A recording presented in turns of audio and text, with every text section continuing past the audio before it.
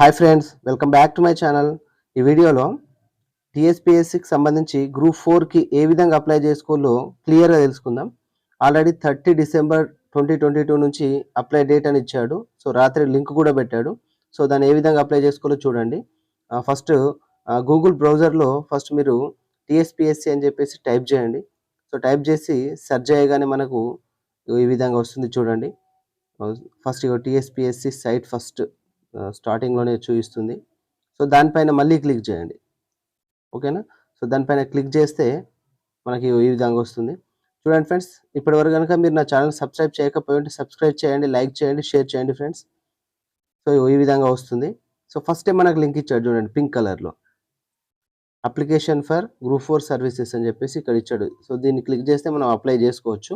ఇది already OTR ఉన్న వాళ్ళకి, అంటే మీకు ఆల్రెడీ ఇంతకుముందే ఓటీఆర్ ఉంది, మీరు టీఎస్పీఎస్సీ ఐడిని కలిగి ఉంటే ఈ విధంగా చేయాలి. లేకపోతే చూడండి ఇక్కడ మనకు అన్ని ఆప్షన్స్ ఉన్నాయి క్లియర్గా. ఇక్కడ ఆల్రెడీ ఎడిట్ చేసుకోవాలనుకుంటే ఎడిట్ చేసుకోండి, ఎడిట్ ఓటీఆర్ అని ఉంది. న్యూ రిజిస్ట్రేషన్ ఓటీఆర్ అని కూడా ఉంది చూడండి. అంటే మీరు ఇంతవరకు ఏం అప్లై చేయలేరు, మీకు అసలు ఓటీఆర్ఏ లేదు, టీఎస్పీఎస్సీ ఐడి లేకపోతే కనుక న్యూ రిజిస్ట్రేషన్ తోటి చేసుకోవాలి. మొత్తం మన టోటల్ డీటెయిల్స్ అడుగుతుంది. అప్పుడు మనకు అన్ని కంప్లీట్ చేసుకుంటే మనకు ఓటీఆర్ వచ్చేస్తుంది అనమాట. అప్పుడు దాంతో మనం అప్లై చేసుకోవచ్చు. లేదు మీకు ఓటీఆర్ ఉంది అంటే మాత్రం ఇది ప్రాసెస్. ఏదైనా కూడా ఇది కంపల్సరీ. ఎందుకంటే ఒకవేళ ఓటీఆర్ లేకుండా న్యూ రిజిస్ట్రేషన్ తోటి ఓటీఆర్ కంప్లీట్ చేసుకున్న తర్వాత మళ్ళీ అప్లై చేసుకోవాల్సి ఉంటుంది. అప్పుడు మళ్ళీ ఇదే ప్రాసెస్ ఉంటుంది అనమాట. సో ఇప్పుడు చూడండి, ఫస్ట్ పైన ఈ పింక్ కలర్లో ఉండేటువంటి ఈ లింక్ పైన క్లిక్ చేయండి. అప్పుడు మనం గ్రూప్ 4కి అప్లై చేసుకోవచ్చు అనమాట. చూడండి, క్లిక్ చేయగానే ఈ విధంగా వస్తుంది, గ్రూప్ 4 సర్వీసెస్ అని చెప్పేసి టీఎస్పీఎస్సీ ఐడి అని అడుగుతుంది. So TSPSC ID and date of birth ఇవి కంపల్సరీ అనమాట. సో ఆల్రెడీ మీకు ఇదివరకే ఉన్నాయి కాబట్టి చూడండి, అందులో టీఎస్పీఎస్సీ ఐడిని అండ్ డేట్ ఆఫ్ బర్త్ని ఎంటర్ చేయండి. ఓకేనా. సో వాటిని ఎంటర్ చేయగానే టీఎస్పీఎస్సీ ఐడి ఎంటర్ చేసిన తర్వాత మళ్ళీ డేట్ ఆఫ్ బర్త్ పైన క్లిక్ చేయగానే మనకి క్యాలెండర్ చూపిస్తుంది అనమాట. సో ఇందులో మనం ఇయర్ అండ్ అక్కడ మంత్ ఉంది, మంత్ ఫస్ట్ ఇయర్ సెలెక్ట్ చేసుకోవాలి, తర్వాత మంత్ సెలెక్ట్ చేసుకోవాలి, తర్వాత ఏమో డేట్ సెలెక్ట్ చేసుకోవాలి. చూడండి, ఇయర్ అయిపోయింది, ఇప్పుడు మంత్ సెలెక్ట్ చేసుకున్న తర్వాత అదేవిధంగా డేట్, అంటే ఇప్పుడు టోటల్ క్యాలెండర్లో మన డేట్ ఏంటో డేట్ సెలెక్ట్ చేసుకొని ఇలా ఈ విధంగా వచ్చేస్తుంది. గెట్ ఓటీపీ పైన క్లిక్ చేయగానే ఈ విధంగా వచ్చేస్తుంది. చూడండి, మన అక్కడ ఓటీపీ వస్తుంది, మన రిజిస్టర్ మొబైల్ నెంబర్కి ఓటీపీ వస్తుంది, 6 డిజిట్స్ది. అది ఎంటర్ చేయండి. తర్వాత క్యాప్చా ఎంటర్ చేయండి. క్యాప్చా ఇస్తాడు.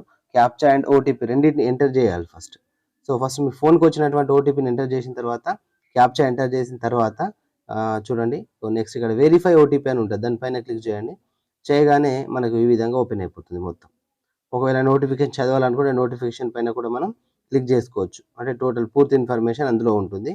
అండ్ కింద ఇక్కడ డిక్లరేషన్ ఇస్తాడు, అంటే I have read the notification అని ఇస్తాడు. అప్పుడు దానిపైన టిక్ చేసుకోవాలి, వాళ్ళ క్లిక్ చేసుకోవాలి. తర్వాత are you citizen of India అని అంటాడు. అప్పుడు మనం సిటిజన్ ఆఫ్ ఇండియానే కాబట్టి ఎస్ పెట్టుకోవాలి. ఎస్ పెట్టుకుంటే మనకు ఈ విధంగా మన టోటల్ ఇన్ఫర్మేషన్, అంటే ఇంతకుముందే మనం చేసుకొని ఉంటాం కదా ఓటీఆర్, ఆ టోటల్ ఇన్ఫర్మేషన్ ఇక్కడ డిస్ప్లే అవుతుంది. మన నేము, మన టోటల్గా మనకు సంబంధించినటువంటి మనం ఏమేమైతే అప్పుడు ఇచ్చామో ఓటీఆర్లో అవన్నీ డిస్ప్లే అవుతాయి. మనకు ఎడ్యుకేషన్ క్వాలిఫికేషన్ సంబంధించినటువంటి పూర్తి ఇన్ఫర్మేషన్ వచ్చేస్తుంది అనమాట. దీని తర్వాత ఇంకా కొంచెం మనం ఫిలప్ చేయాల్సి ఉంటుంది. అదేంటి అనేటువంటిది ఇప్పుడు చూద్దాం. చూడండి, ఇట్లా మన కిందికి స్క్రోల్ అవుతున్న కొద్దీ మన ఇన్ఫర్మేషన్ అంతా మనం ఇచ్చిందంతా వస్తూనే ఇంకా కొత్త ఇన్ఫర్మేషన్ అడుగుతుంది అనమాట. అదేంటో చూద్దాం. చూడండి, కింద ఫస్ట్ కమ్యూనికేషన్ అడ్రస్ నుంచి స్టార్ట్ అవుతుంది. ఈ కమ్యూనికేషన్ అడ్రస్లో మళ్ళీ మనకి ఏం అడుగుతుంది చూడండి, కమ్యూనికేషన్ అడ్రస్. ఇందులో డిస్ట్రిక్ట్, మండల్ అండ్ అడ్రస్ అడుగుతుంది. చూడండి, డిస్ట్రిక్ట్ సెలెక్ట్ చేసుకోండి, తర్వాత మండల్, తర్వాత కమ్యూనికేషన్ అడ్రస్. అడ్రస్ అంటే మన హౌస్ నెంబర్, మనం ఎక్కడైతే ఉంటున్నామో దానికి సంబంధించినటువంటి పూర్తి ఇన్ఫర్మేషన్ అందులో ఇవ్వాలి, హౌస్ నెంబర్తో సహా, మండల్, డిస్ట్రిక్ట్ అవన్నీ. నెక్స్ట్ ఇక్కడ చూడండి, లాంగ్వేజ్ ఇంగ్లీష్ తెలుగులో రాస్తారా ఎగ్జామ్, ఉర్దూ ఇంగ్లీష్లో రాస్తారా అని అది సెలెక్ట్ చేసుకోండి.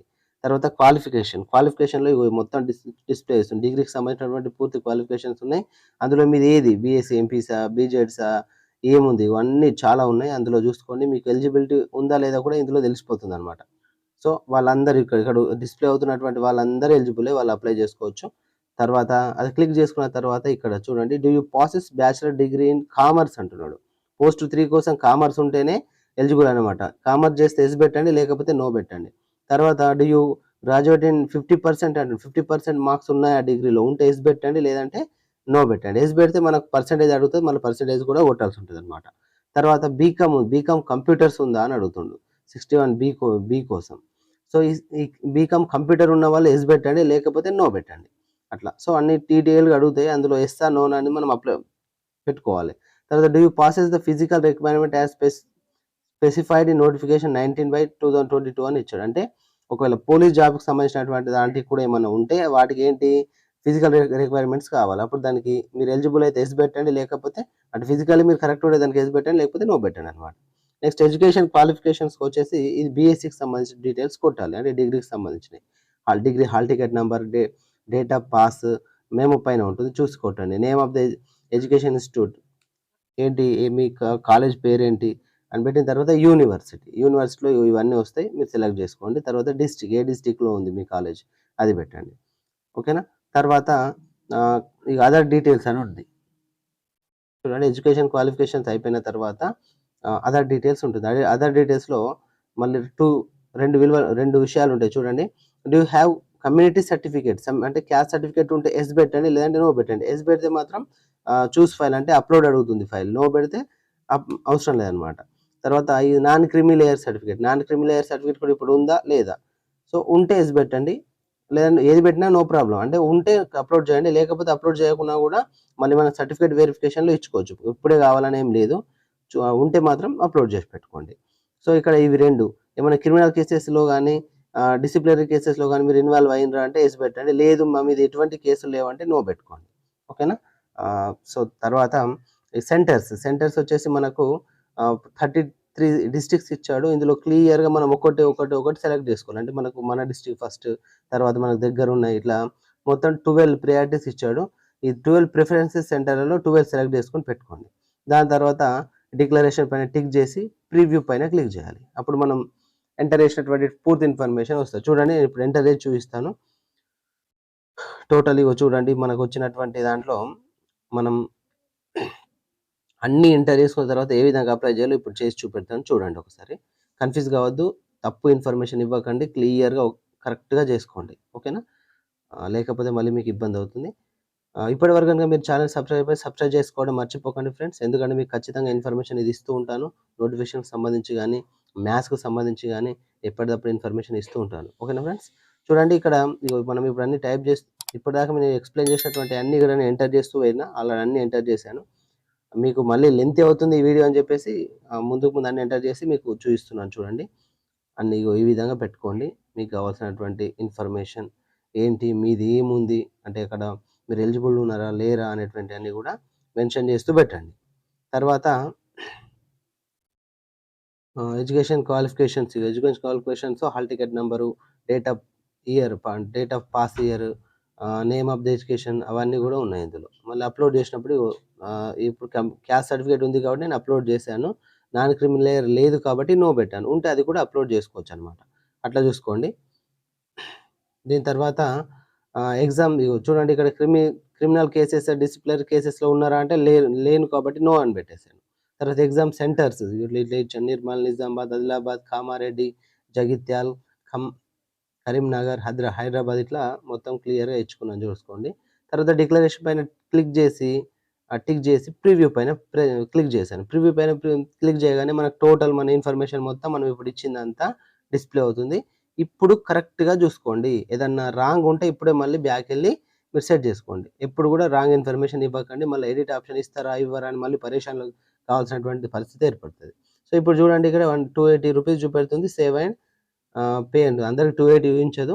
సో, మీరు అట్లా 280 చూస్తదని అనుకోకండి. సేవ్ అండ్ పే అంటే అన్‌ఎంప్లాయీస్ కంటూ కొంచెం డిఫరెంట్ ఉంటుందన్నమాట. 200 కొందరికి 280 కొందరికుంటుంది అట్లా. So, save and pay now అని పైన క్లిక్ చేయండి. క్లిక్ చేయగానే మనకు కార్డ్ డీటెయిల్స్ అడుగుతుంది. ఒకవేళ కార్డ్ త్రూ మనం కట్టుకోవాలనుకుంటే కార్డ్ నంబరు అండ్ ఇగ దానికి సంబంధించిన టోటల్ ఇన్ఫర్మేషను అవి అందులో క్లిక్ చేసుకోండి. క్లిక్ చేసుకున్న తర్వాత ఇక్కడ మేక్ పేమెంట్ అని ఉంటది కింద. ఓకేనా? టోటల్ ఇన్ఫర్మేషన్‌లో క్లిక్ చేసిన తర్వాత కింద మేక్ పేమెంట్ అని ఉంటది.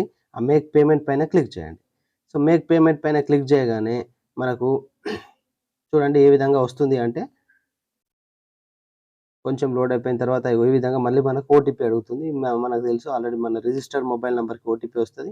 ఆ ఓటీపీని ఎంటర్ చేసేస్తాం. ఎంటర్ చేసిన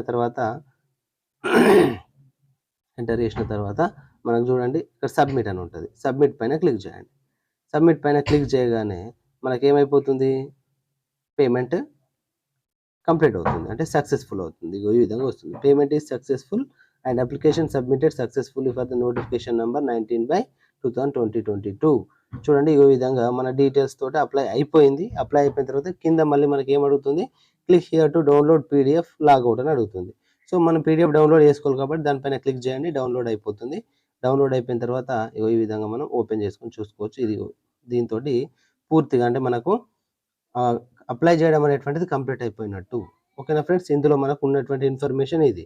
మనకు సంబంధించినటువంటి ఏ ఇన్ఫర్మేషన్ అయినా కరెక్ట్‌గా ఉండేటట్టుగా ఒకటికి 2 సార్లు చెక్ చేసుకొని అప్లై చేసుకోండి ఫ్రెండ్స్. All the best.